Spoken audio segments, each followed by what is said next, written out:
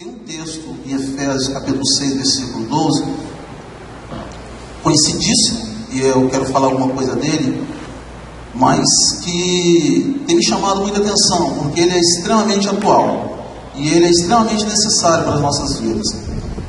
Pois não temos que lutar contra a carne e o sangue, e sim contra os principados, contra as potestades, contra os poderes deste mundo tenebroso, contra as forças espirituais da maldade nas regiões celestiais. Eu vejo na figura de Paulo, a figura de quem de fato, depois daquela experiência, indo no caminho de Damasco, a figura de quem realmente entendeu o chamado, entendeu aquilo que aconteceu com ele. Percebo nas leituras que a gente vai fazendo, que ele de fato, ele consegue manifestar nas suas atitudes que algo novo aconteceu na vida dele, algo que foi extremamente transformador, houve uma marca significativa, né? E isso acontece com a gente também. E a conversão de Paulo foi uma conversão, uma situação extremamente atípica, né? Nós conhecemos a história, né? Mas é um fato muito inusitado, não é um fato relatado novamente, a Bíblia não relata um fato semelhante a esse, mas havia algo diferente, eu concordo, naquilo que aconteceu com Paulo. Havia um propósito diferente do Senhor, e a gente conhece depois a conversão dele, as cartas escritas, as igrejas que são fundadas por ele, etc. e tal. Mas Paulo poderia não ter feito essa opção, né? Naquele momento em que tudo aconteceu, que aquelas pessoas se rodearam, que ele começou a questionar aquela luz, aqueles homens que estavam andando com ele, que também ficaram assustados, ele poderia não ter feito a opção de, não, peraí, alguma coisa diferente aconteceu, essa voz é uma voz diferente, essa voz está me falando algo que está me incomodando, por que me persegues? Por que você está perseguindo a minha igreja? Muito bem, e a gente percebe no transcorrer da vida de Paulo, que as batalhas elas começaram a surgir, e eu noto que, eu achei curioso, quando a gente leu, eu não sei se Paulo ele usava desse subterfúgio para poder colocar as pessoas no devido lugar, mas ele era muito, como diria, ele era muito assim, astuto, vamos dizer, poderia dizer. Porque em várias passagens, quando nós lemos, né, depois de Atos, e a gente vai lendo um pouco mais, nas várias vezes em que ele era preso, ele não manifestava imediatamente quem ele de fato era. Havia uma linha de raciocínio que ele, como cidadão romano, eles não poderiam fazer o que eles faziam com ele. Eles pegavam Paulo e desciam o cacete nele. E no final ele falava, peraí, mas vocês podem fazer isso com o cidadão romano? E eles ficavam assustados. Eu percebo assim que Paulo ele não levava a vida dele, simplesmente deixa a vida me levar. Ele se preocupava com os passos que ele iam sendo dados. E eu noto que muitas vezes nós nos convertemos e eu não sei você, mas a gente passa por um período em que as coisas acontecem de uma maneira avassaladora na nossa vida e a gente não se dá conta que a gente não está se preparando para essas coisas que vão acontecer. O que eu estou querendo dizer é o seguinte, irmãos, é que nós estamos rodeados de um mundo espiritual à nossa volta. E como Efésios fala, de um mundo tenebroso, e esse mundo tenebroso, ele não dá trégua. Ele não dá trégua. E se você e eu não nos prepararmos para irmos, caminhar nesse mundo tenebroso, nós não vamos sobreviver. Não vamos sobreviver. Quando Paulo começa o seu ministério, ele enfrenta diversas batalhas. Eu poderia dizer que em alguns momentos em que ele era preso, talvez essas batalhas pudessem em algum momento soar como uma derrota. Porque quando a gente começa a entender o que de fato é uma batalha e que ela faz parte de uma grande guerra, ou seja, uma grande guerra composta de várias batalhas. E essas batalhas em alguns momentos elas são sucesso ou são insucesso. Mas note, às vezes um passo atrás não quer dizer que necessariamente seja um sinal de derrota. Quando eu comecei a estudar um pouco sobre o assunto, eu estava vendo que os motivos diferentes que levaram, por exemplo, fatos marcantes na nossa história, a história do mundo atual. Por exemplo, a Primeira Guerra Mundial. A Primeira Guerra Mundial, me corrijam os historiadores de plantão, um dos motivos, talvez o maior dos motivos, foram as políticas imperialistas das grandes potências europeias. Ou seja, a Áustria e as grandes potências europeias, né, a política imperialista deles forçava que os outros países se sujeitassem a eles. Esse era o motivo maior. E aí houve questões econômicas, questões políticas que desencadearam essa grande guerra. Mas note, muitos dos envolvidos nessa guerra nem sabiam por que estavam brigando. Nós estamos numa guerra em que nós sabemos por que nós estamos nela. A Segunda Guerra Mundial os historiadores dizem que o motivo maior foram imposições de governos totalitários. E aí você entende governos totalitários como a Alemanha, o Japão e a Itália. Eram governos que queriam se sobrepor aos outros. A história da Segunda Guerra é mais recente, a gente conhece. Mas note que também essa guerra, muitos de nós, talvez, muitos que estão aqui, não sabiam nem entendiam direito por que estava acontecendo essa guerra. Talvez até tenham perguntado aos seus pais, mas por que está acontecendo essa guerra no mundo? E nós hoje, irmãos, nós somos chamados, nós somos convocados para uma guerra que nós sabemos qual é. E você e eu, nós precisamos nos preparar de maneira coerente para essa guerra. Você não pode ir até esse campo de batalha tenebroso que é esse mundo desarmado. Você nem eu, volto a dizer, nós não vamos sobreviver. Não há casamento que sobreviva, não há jovem que não dê um passo errado, não há quem esteja extremamente preocupado com o dia de amanhã, simplesmente deixando as coisas do Senhor para trás, que sobreviva. Isso não vai acontecer. Se você e eu, nós não prepararmos para essa grande guerra, que diferente dessas que eu citei, você sabe o motivo pelo qual você está nela, nós não vamos sobreviver. E aí, avançando um pouco mais na questão de Paulo, e é a pessoa que me, vamos dizer assim, estimulou a estudar esse assunto, né? A gente percebe no caráter de Paulo, ele às vezes, principalmente no livro de Atos, às vezes um caráter muito meigo e carinhoso, às vezes ele é muito severo. E Paulo tinha uma convicção, ele não abria mão das ideias dele, ele era convicto daquilo que havia se manifestado dele, ele não havia. Em vários textos nas cartas escritas às igrejas, você nota, ele não abria mão, ele era questionado, mas ele tinha a palavra para dar, rebatendo o questionamento.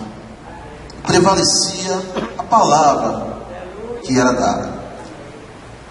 E aí, em alguns momentos, ele escrevia as comunidades, ele comparava-se à mãe que acaricia os filhinhos, né? E era capaz de dar a vida por ele. Eu vou ler alguns textos aqui, que são textos escritos nas diversas cartas, das diversas igrejas, e vocês vão notar a particularidade, a forma de tratar de Paulo como quem fosse assim, extremamente conhecedor daquilo. Conhecedor das igrejas, até porque ele era. Notem vocês, em Gálatas 4, versículo 19 e 20, ele manifesta como se sentindo as dores de parto pelos fiéis. Olha só, meus filhinhos, por quem de novo sinto as dores de parto, até que Cristo seja formado em vós. Eu bem quiser agora estar presente convosco e mudar a minha voz, porque estou perplexo a vosso respeito. Ou seja, ele manifesta que ele ali uma intimidade com a igreja em Gálatas. No outro texto, a igreja em Corinto, uma igreja que deu muito trabalho a Paulo. A turma lá não pisava muito na bola, né? Não era fácil a igreja em Corinto. E Paulo escreve: eles se sacrificaram, eles amavam e se sacrificavam ao máximo por ele. Eu coloquei aqui, era tão complicado porque a minoria, né, da população, ela que explorava a maioria. Era uma sociedade escravagista. Ou seja, você havia a minoria, né, que explorava a maior parte das pessoas, da população. E isso era complicado para aquela época. E isso tornava essa comunidade uma comunidade extremamente arrogante. Ele fala: eu de muita boa vontade gastarei e me deixarei gastar pelas vossas almas, ainda que amando-vos cada vez mais seja menos amado.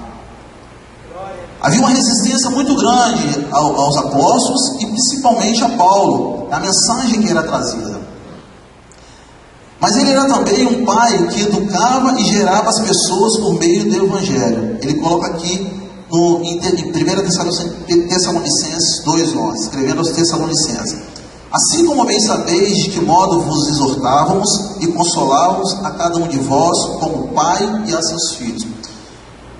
Notem vocês que ele está escrevendo carta a essa turma como eu falei, como quem conhece de fato. E como quem, entendendo o chamado, se sentisse responsável por aquela grande obra que o Senhor tinha colocado em suas mãos. E por fim, ainda em Coríntios, ele manifesta um extremo ciúme pela comunidade, mesmo tendo essa resistência total. Ele bota: porque estou zeloso de vós com zelo de Deus, porque vos tenho preparado para vos apresentar como uma virgem pura a um marido, a saber, a Cristo. Mas temo que assim como a serpente enganou Eva com a sua astúcia, assim também sejam de alguma sorte corrompidos os vossos sentidos, e se apartem da simplicidade que há em Cristo. 2 Coríntios 11, 2, 13. Nesse momento aqui, vocês podem ver um pouco mais à frente, havia um grande conflito na cidade, e havia uma preocupação no coração de Paulo no que queria acontecer. Note vocês que Paulo, além de ter as guerras, nós vamos ver mais à frente, as guerras pessoais dele, havia um compromisso muito grande, dele com essas pessoas, com essas comunidades.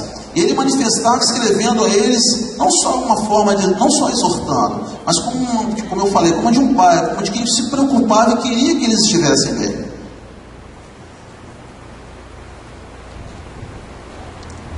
Eu coloquei aqui, nossa guerra e nossas batalhas. Por que nossa guerra e nossas batalhas? Como eu falei, nós estamos numa guerra, envolto em grandes batalhas do dia a dia. Em 2 Coríntios 10,4, nós lemos o seguinte: porque as armas da nossa milícia não são carnais, mas sim poderosas em Deus para a destruição das fortalezas.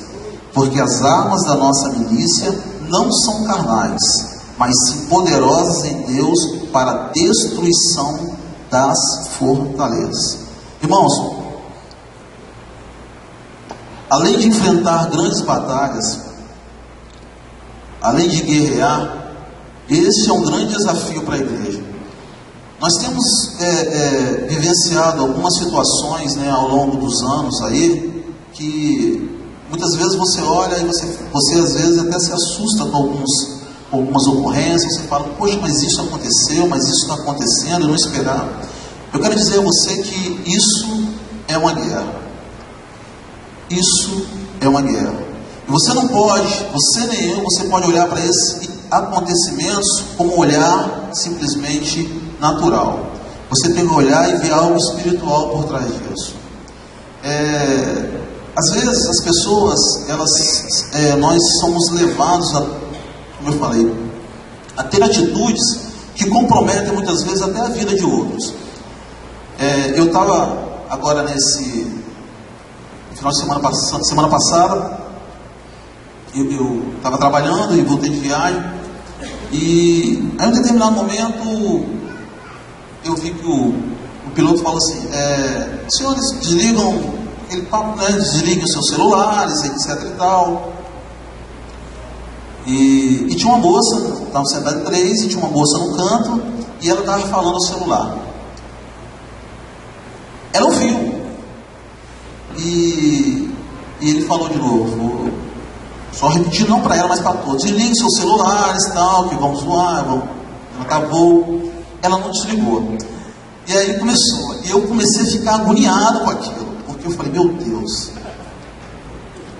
tudo bem, a gente, nós queremos ir para o céu, nossa morada é no céu, mas eu não sei até que ponto isso pode influenciar, talvez não seja tanta influência. E ela não desligava o celular, e o avião decolando. Eu falei: eu não vou aguentar, eu vou falar alguma coisa dessa menina, mas você vai estar chato, porque... E ela falava assim, como quem estivesse andando na rua, numa naturalidade. E eu falei assim, aí o avião levantou voo e eu já estava suando, agoniado. Aí eu falei assim, gente. Aí ela continuou aí um tempinho, e depois o assunto encerrou. Ela falou assim, não, fulano, agora eu vou desligar e tal, tá bom? E daqui a pouco, só desligar, olha só que ela falou, eu vou desligar porque eu vou perder o sinal. Eu falei, caramba, ela ia continuar. Aí ela foi e desligou. Eu quis dar esse exemplo aqui porque é o seguinte, às vezes nós namoramos com perigo. Nós namoramos com perigo. Nós fazemos do perigo uma companhia constante. Uma companhia constante ao nosso lado. Porque nunca aconteceu. E aí a gente permanece fazendo, agindo daquele mesmo jeitinho. Porque nunca aconteceu. Quero dizer para você que não aconteceu, mas pode acontecer. Pode acontecer e pode não ter volta. As armas da nossa milícia não são carnais, mas sim poderosas em Deus para a destruição das fortalezas. Muitas vezes nós temos armas, aliás, nós desconhecemos as armas, mas nós não usamos da forma que elas precisam ser usadas. Eu coloquei aqui, quando buscamos na palavra de Deus subsídios para entendermos como de fato devemos nos posicionar com relação a essa guerra, vemos um grande ensinamento de Paulo quando enfrentava na igreja de Corinto uma oposição ferrenha à sua autoridade apostólica. Seus adversários tentavam persuadir a igreja e rejeitá-lo. No verso 6, ele deixa claro que não toleraria esse comportamento desobediente. No verso 6 de 1 Coríntios 10, Paulo ele até ameaça. Ele fala, olha, se vocês continuarem desse jeito aqui, a impressão que dá é que ele se enche de um fervor tão grande que ele iria fazer alguma coisa, até dar uns supapos naquela turma. Coríntio era uma cidade dominada por uma minoria, como eu falei, marginalizada, escrava, desorientada, lutando pela sobrevivência. Vemos no capítulo 10 de 2 Coríntios, o apóstolo defendendo sua autoridade apostólica, ensinando aos seus discípulos que as armas não são carnais, mas poderosas. Muito bem. E quando eu estava lendo isso aqui, eu comecei a me perguntar que armas que seriam essas? Quais seriam essas armas? É bem verdade que quando nós lemos esse texto, a gente talvez tenha uma dificuldade em confunda-se armas e armadura. Sabia que existe uma grande diferença? Eu estava pesquisando ainda com esse texto, esse assunto da Primeira Guerra e Segunda Guerra Mundial. O termo couraça, ele advém porque essas armaduras que eram feitas de couro naquela época. Então se advém-se couraça. Eram armamentos não de muita qualidade, elas de fato não protegiam literalmente as pessoas. E armas e armadura, elas se diferem porque elas têm funções diferentes. Normalmente a armadura, ela tem a função principal de te defender de algum tipo de ataque. Você usa o capacete porque você quer proteger a sua cabeça. Você usa a couraça porque você quer defender essa região peitoral. Você usa o sapato porque você não quer pisar em algo que fira o seu pé. De modo geral, essa é a função principal. De todas as armas que são citadas pela palavra de Deus, a única que ela talvez teria duas funções é a espada. A espada ela pode te defender, como ela serve para você manifestar o seu ataque.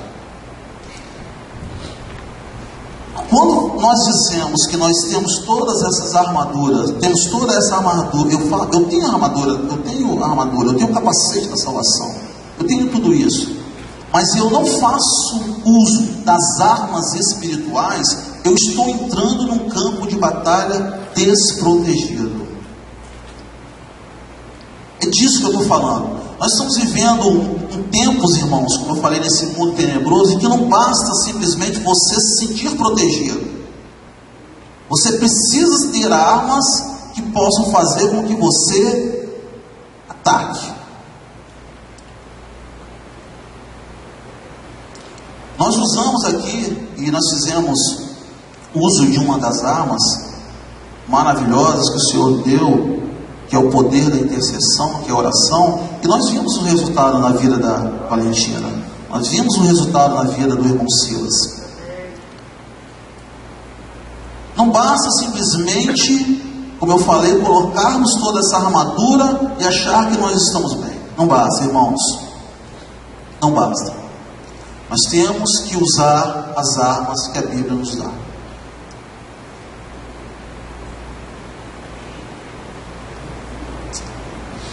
Efésios 6, 11. O objetivo, o propósito de vos revestir de toda a armadura de Deus para que poderes ficar firmes contra as ciladas do diabo, para que possais resistir no dia mau, e depois de teres vencido tudo, ficar firmes, inabaláveis. Esse é o grande objetivo. Muitas vezes, irmãos, nós não estamos tão firmes, tão inabaláveis, porque nós, me perdoem até a expressão, nós arrotamos que nós estamos bem, quando na verdade nós não estamos bem. Nós queremos aparentar, ou aparentamos uma sinceridade, quando de fato nós não estamos buscando a real sinceridade que é em Cristo Jesus. Nós dizemos que oramos, mas somos críticos vorazes. Primeiro vem a crítica, depois a oração. Nós não conseguimos orar, mas somos pedintes de oração. Pedimos muita oração, pedimos, mas não conseguimos orar. Não conseguimos tirar um tempo para meditar na palavra de Deus, para encher o nosso coração da palavra que nos sustenta, que nos dá vida, e queremos sair da batalha. É difícil. É muito difícil. Eu te digo mesmo, se você não tem se alimentado da palavra, você está no campo de batalha desprotegido. Se você não tem tirado tempo para meditar na palavra, ruminar a palavra, você está dando grande oportunidade para se machucar, para se ferir. Paulo, ele era um homem, nós olhando o histórico de Paulo, ele era um homem letrado, ele conhecia muitas coisas, ele era, pelo texto, ele era articulador, ele sabia se manifestar e falava as coisas. Mas a Bíblia não estabelece simplesmente isso como um padrão para você, para eu, para qualquer um de nós manifestar a palavra desse jeito. Muito pelo contrário. Jesus, ele foi muito, como poderia dizer, Jesus, ele foi muito simples nas suas escolhas, para que isso ficasse claro para cada um de nós, que você, que eu, podemos levar essa palavra. Agora você precisa se encher. Você precisa se encher dessa palavra.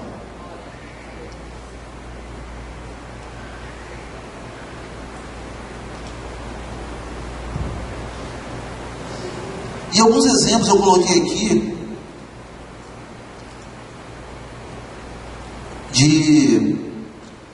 de quais seriam, né, essas armas. Por exemplo, eu citei aqui dedicação à verdade, vida de retidão em todas as áreas, uma transparência no viver, proclamação do Evangelho, oração perseverante.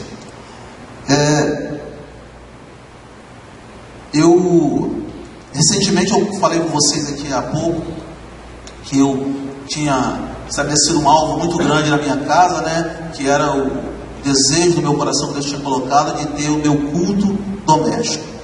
E por incrível que pareça, eu consegui manter essa posição durante um tempo muito significativo. Recentemente a minha esposa me falou comigo assim: Vitor, eu acho que a gente está perdendo, você está perdendo o fio da meada daquilo que você falou. E eu estava perdendo mesmo. Mas era algo tão sutil que estava acontecendo, e eu não estava me atentando. E eu sei que isso faz falta para mim. Eu sinto desejo, eu sei que isso faz falta para mim. O que eu estou querendo dizer para vocês, irmãos, que essa luta a qual nós temos chamado, nós temos que estar atentos o tempo todo. Há um grande cenário por trás, por nossa volta, um cenário de caos. O mundo está em caos por diversos motivos. É o nosso país, por diversos motivos que todos nós sabemos. Há um caos estabelecido. Há uma tendência muito grande no nosso coração, no meu, no seu coração, de sermos extremamente críticos por tudo que está acontecendo. A insatisfação, ela não precisa ser deixada de lado, mas ela precisa ser colocada no lugar que ela precisa ficar. Nós devemos manifestar toda a nossa insatisfação por N coisas, que a gente vê acontecer, de uma forma inteligente. Por que eu estou falando isso? A nossa vida espiritual, eu percebo que muitas vezes nós somos levados a ser muito mais críticos, muito mais faladores do que intercessores. Nossa preocupação, ela se baseia muito mais em ver as coisas acontecerem, não porque eu estive de joelho no chão, orando, intercedendo, mas simplesmente porque eu falei com alguém, pedi oração a outro. Isso é preocupante. Paulo, quando escreve as cartas às igrejas, muitas situações como essas aqui aconteciam naquele tempo também. O alerta que é dado naquele momento é um alerta para cada um de nós também. Nós conseguimos trazer isso para a nossa realidade. E a nossa luta, como eu falei, ela não é de fato contra a carne.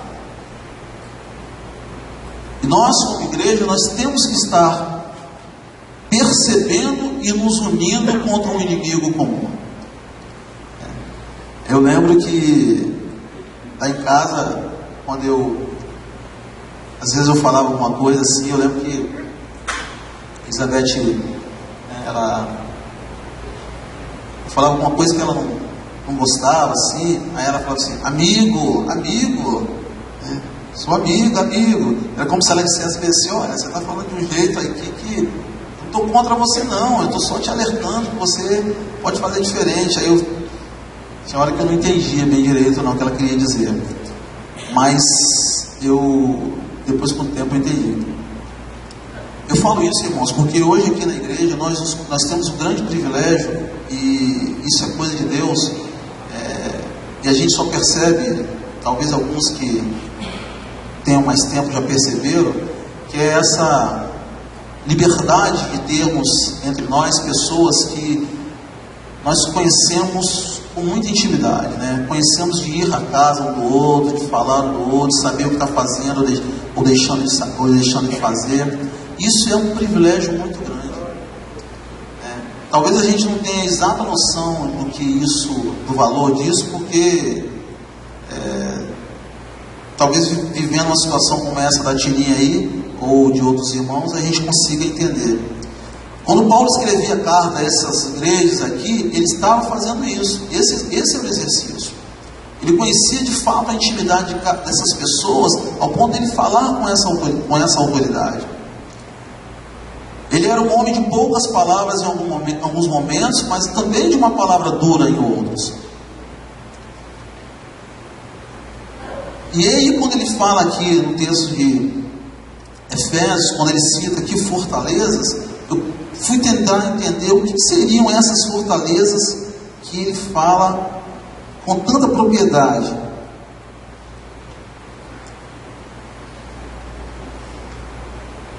Quais seriam essas fortalezas que ele cita no texto e que poderiam ser entendidas de uma forma assim, fortaleza seria um lugar de proteção, seria um lugar de aconchego? Não. São lugares, o texto fala, são lugares, eu coloquei lugares escondidos que Satanás monta à nossa volta. Ele sabe muito bem que precisa incutir pensamentos destrutivos dentro desses arraiais montados para derrubar as pessoas. E nós precisamos estar conscientes de que a guerra que travamos, que a guerra espiritual com relação às fortalezas por ele levantadas, em nossa mente é ferrenha. Como eu falei, na verdade existem situações que estão sendo tramadas nesse momento para você e para mim, né, que precisam ser entendidas como espirituais. Eu não sei qual é o ambiente que você vai encontrar quando você chegar em casa.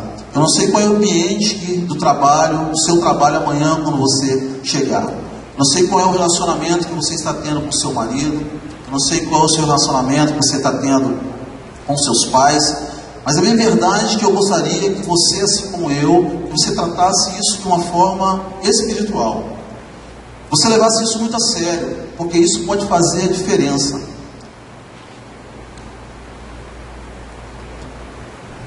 Eu coloquei: acomodamos com a ideia de que a minha salvação, estando garantida, o que vir é lucro, e não temos determinação para viver uma vida de abundância, de qualidade, saudável espiritualmente, e estão sempre com suas forças minadas por Satanás.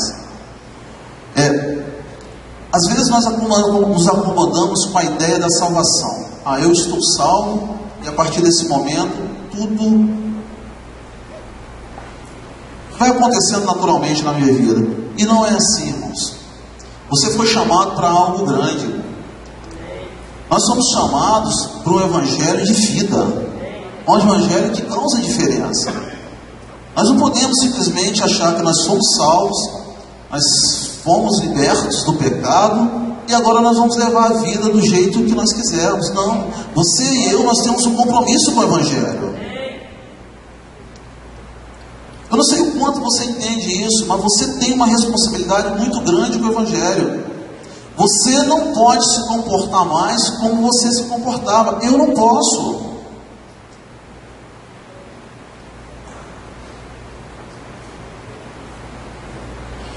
Eu estou agora nesse exército, nesse grande exército, cujo general é Cristo e cujas ordens, cuja direção foi muito bem estabelecida.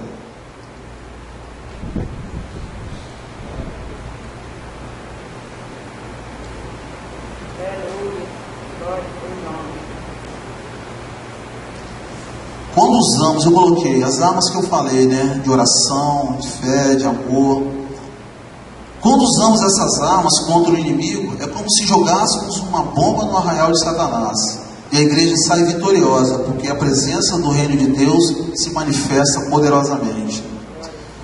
Eu não sei você, mas é muito gostoso quando, passando uma luta, e eu consigo vencê-la através de oração, através do jejum, através de uma mudança de posição, quando eu consigo transpor esse obstáculo, e eu sei que ele não foi transposto por causa das minhas forças ou da minha convicção, muito pelo contrário, se fosse por elas eu não teria conseguido.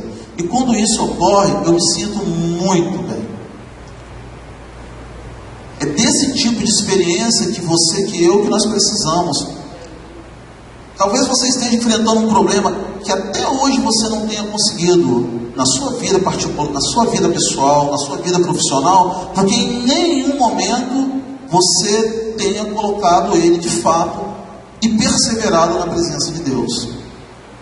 Talvez você tenha entrado aqui hoje, aqui nessa noite, com esse sentimento que eu vou ouvir mais alguma coisa que talvez faça em algum momento sentido para mim, mas que não vai fazer grande diferença. Talvez você tenha entrado assim, totalmente desmotivado, mas eu gostaria de dizer que você tem uma grande oportunidade de fazer diferença. Sabe, a grande maravilha do Evangelho é que nós podemos sempre estabelecer um marco zero. Nós já falamos disso. E o que significa esse marco zero? Você consegue começar de novo. Porque as misericórdias do Senhor, elas são muito grandes para a sua vida. Agora nós precisamos de fato tomar uma posição, nos revestirmos da armadura, pegarmos essas armas, que algumas delas foram citadas, e saímos para a batalha. Eu estava agora há pouco, quando eu chegamos mais cedo, nós estávamos conversando ali fora, e o irmão estávamos conversando ali, e ele falou bem assim para mim. Ele falou assim: Vitor, E curioso que era mais ou menos isso que a gente está falando. Vitor, eu amo estar aqui com a igreja. Eu amo estar aqui. E para mim é muito importante estar aqui, mesmo aqui na comunhão, ouvindo aqui os irmãos, porque isso, eu percebo que isso, eu sinto essa diferença. Eu sinto falta. E ele falou, e mais, o ambiente que eu convivia é um ambiente muito sedutor. Ele me convida a todo instante. Ele falava que a história dele, ele falou, a minha história é uma história de sedução. A todo instante eu estou sendo seduzido por esses momentos. E se eu não correr, eu vou cair de novo. Percebe o que ele diz? Percebe que ele está usando de uma estratégia que é de Deus. Você pode dizer bem assim, Vitor, até quando ele vai suportar? Olha, eu não sei até quando ele vai suportar, mas em nome de Jesus ele tem comigo um companheiro de oração. Eu quero estar intercedendo para que Deus ajude-o a continuar com essa posição. Talvez você esteja em um ambiente ou vivendo uma situação extremamente sedutora. E você precisa tomar uma decisão radical. É isso mesmo, Vitor, você está falando? Decisão radical? Decisão radical. Existem situações que são muito sedutoras que nós não podemos dar brecha, irmãos. Você não pode se aventurar achando que vai suportar.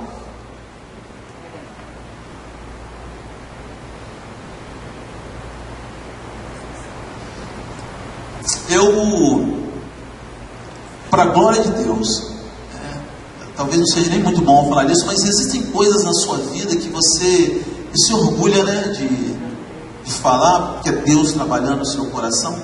Mas eu tenho alguma coisa que me edifica muito quando eu faço. Eu estava pensando assim, meu Deus, será que eu tenho que pisar tanto na bola assim para poder fazer isso, que eu sei que me edifica?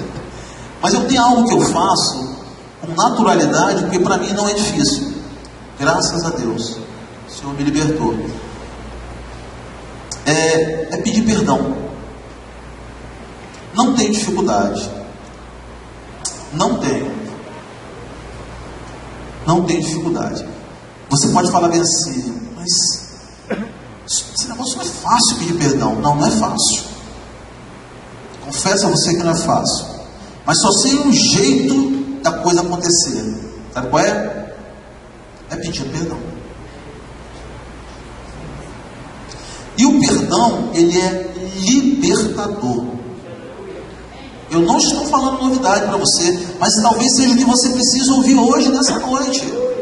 Eu sei que essa palavra não é nova. Não tenho pretensão de que ela seja nova para você.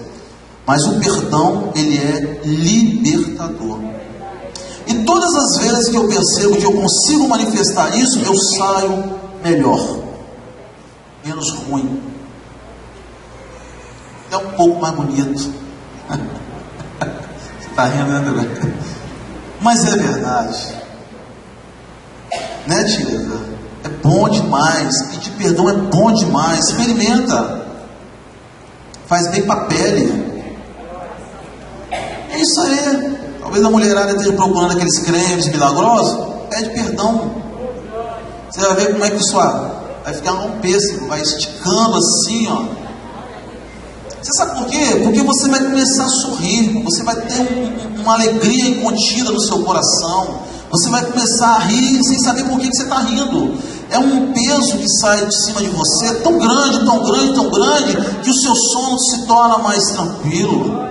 Você come até um pouquinho mais ou menos.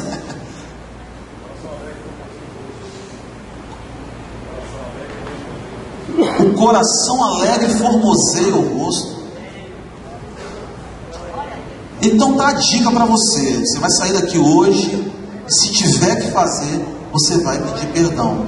E amanhã você vai acordar. Aliás, amanhã não, durante a semana alguém vai te fazer um elogio. Você está com uma pele diferente. Aí você vai falar, foi o perdão. Tá bom? Vamos lá. Bom, estamos concluindo. Romanos 7,19, eu vou concluir aqui com um dilema grande de Paulo. Em meio a essa guerra, essa batalha toda que a gente falou que Paulo vivia, ele tinha os seus dilemas. E o texto que talvez expresse literalmente esse dilema dele, está em Romanos 7,19, que ele diz: pois não faço o bem que eu quero, mas justamente o mal que não quero fazer é que eu faço. Olha que dilema terrível. O bem que eu quero, não faço, mas justamente o mal que não quero fazer, esse eu faço. Nós estamos falando de um homem, irmãos, que fundou as igrejas, extremamente letrado, culto, conhecedor das Escrituras, e ele está se colocando no pó. Um dos grandes desafios meu e seu é nós reconhecermos esse momento da nossa vida. Senhor, eu não dá para mim, eu não consigo. O bem que eu quero eu não estou conseguindo fazer, mas o mal que eu não quero, esse está no meu coração. Eu não consigo pedir perdão. Eu não consigo ir até lá. Eu não consigo abrir mão disso que está me segurando. Eu não consigo me deixar seduzir. Deixar de seduzir.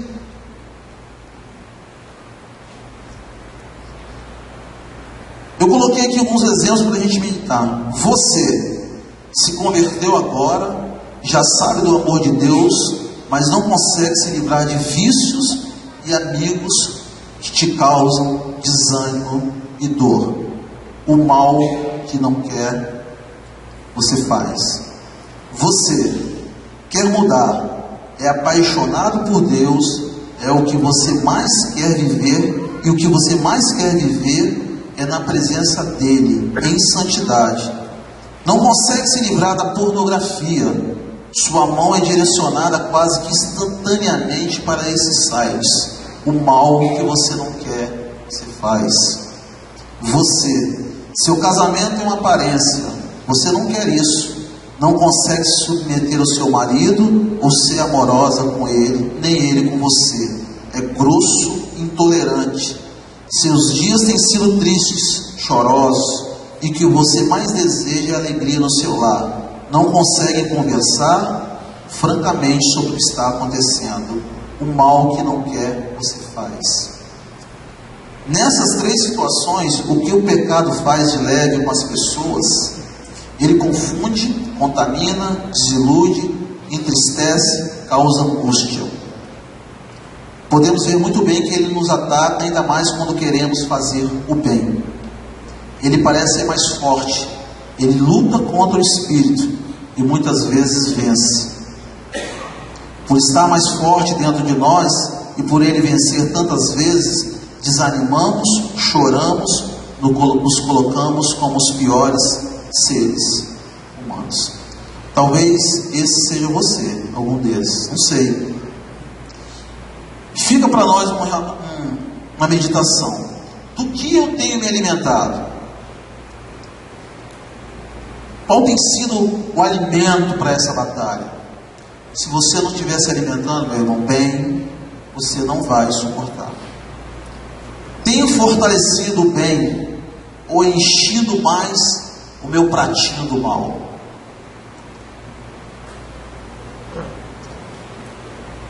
2 Coríntios 12:10, Paulo diz: porque quando perco toda a minha força, então tenho a força de Cristo em mim. Paulo diz que quando ele perde toda a força, e ele reconhece tudo isso, ele tem a força de Cristo. Talvez você esteja enfraquecido aqui hoje, não sei, se sentindo muito fraco, e eu não quero que você saia aqui de cabisbaixo, muito pelo contrário, eu quero que você saia aqui olhando para o alto, convicto que tudo pode ser diferente, desejoso de fazer diferente, pedindo perdão.